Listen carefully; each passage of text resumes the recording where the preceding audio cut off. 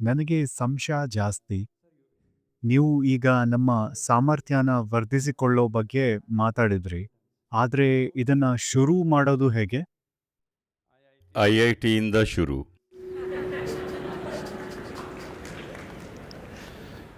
ಈಗ ನಿಮಗೆ ಯಾವುದರ ಬಗ್ಗೆ ಸಂಶಯ? ಜಗತ್ತಲ್ಲಿ ಸಾಮರ್ಥ್ಯ ಕೆಲಸ ಮಾಡುತ್ತೆ ಅಂತ ನಂಬಲ್ವಾ? ಹಾಗೆ ನೋಡಿದರೆ ಭ್ರಷ್ಟತೆ ಕೂಡ ಒಂದು ರೀತಿಯ ಸಾಮರ್ಥ್ಯನೇ.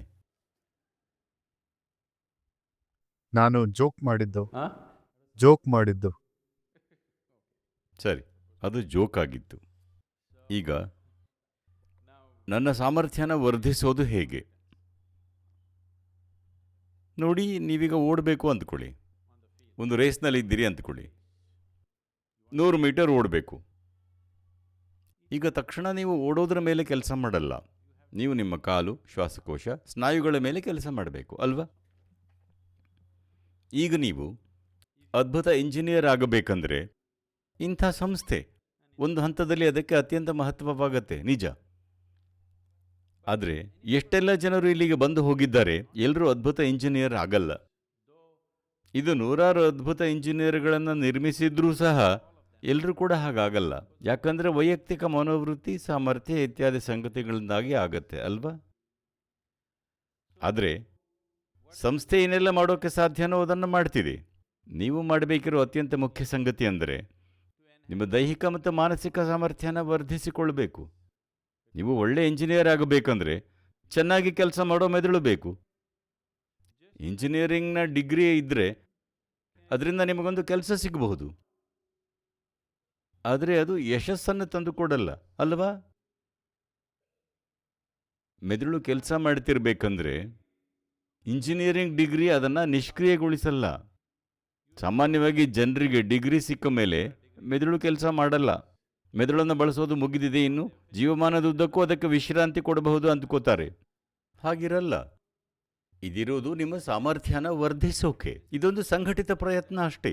ಶಾಲೆ, ಕಾಲೇಜು, ಸಂಸ್ಥೆ ಇವೆಲ್ಲ ಆ ನಿಟ್ಟಿನಲ್ಲಿ ಸಂಘಟಿತ ಪ್ರಯತ್ನ ಅಷ್ಟೇ. ಯಾಕಂದರೆ ಪ್ರತಿ ವ್ಯಕ್ತಿಯೂ ಅದನ್ನು ತಾನಾಗೇ ಮಾಡ್ಕೊಳ್ಳೋಕ್ಕಾಗಲ್ಲ. ಅದಕ್ಕೆ ಸಂಸ್ಥೆ ಬೇಕಾಗೋದು. ಇಲ್ಲದಿದ್ದರೆ ಸಂಸ್ಥೆಗೆ ಯಾವುದೇ ಉದ್ದೇಶ ಇಲ್ಲ. ನೀವು ನಿರ್ದಿಷ್ಟ ರೀತಿಯಲ್ಲಿ ಸಮರ್ಥವಾಗೋ ಸಾಧ್ಯತೆನ ಕಲ್ಪಿಸಿಕೊಡೋಕೆ ಅದಿಲ್ಲಿರೋದು. ಆದರೆ ಅದು ಸಮೂಹಕ್ಕೆ, ಒಬ್ಬ ವ್ಯಕ್ತಿಯಾಗಿ ಅತ್ಯಂತ ಮುಖ್ಯವಾದ ಸಂಗತಿ ಅಂದರೆ ನೀವು ಒಬ್ಬ ಮನುಷ್ಯನಾಗಿ ಪೂರ್ಣ ಸಾಮರ್ಥ್ಯದಲ್ಲಿ ಕೆಲಸ ಮಾಡಬೇಕು. ಅದಾಗಬೇಕಂದ್ರೆ ನೀವು ಬೇರೆ ಬೇರೆ ಆಯಾಮಗಳನ್ನು ಪರಿಶೋಧಿಸಬೇಕು.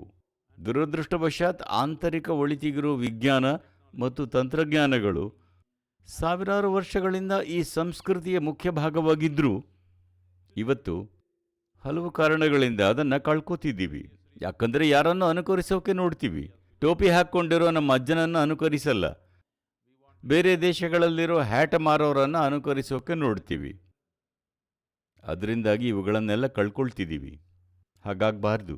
ಅದನ್ನು ಜೀವನದಲ್ಲಿ ಮತ್ತೆ ತರಬೇಕು.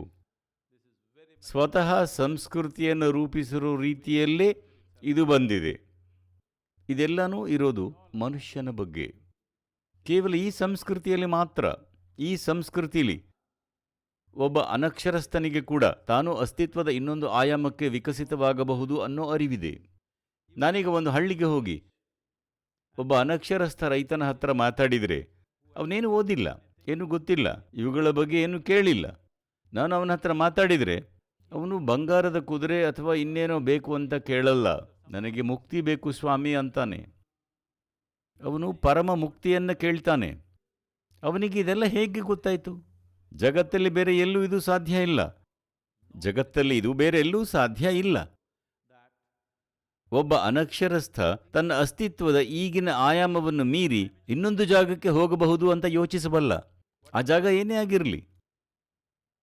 ನಮ್ಮ ಸಂಸ್ಕೃತಿಯಲ್ಲಿ ಇದನ್ನು ಆಳವಾಗಿ ಬೆಳೆಸಿದ್ರು. ಇದನ್ನು ಕಳ್ಕೋಬಾರದು.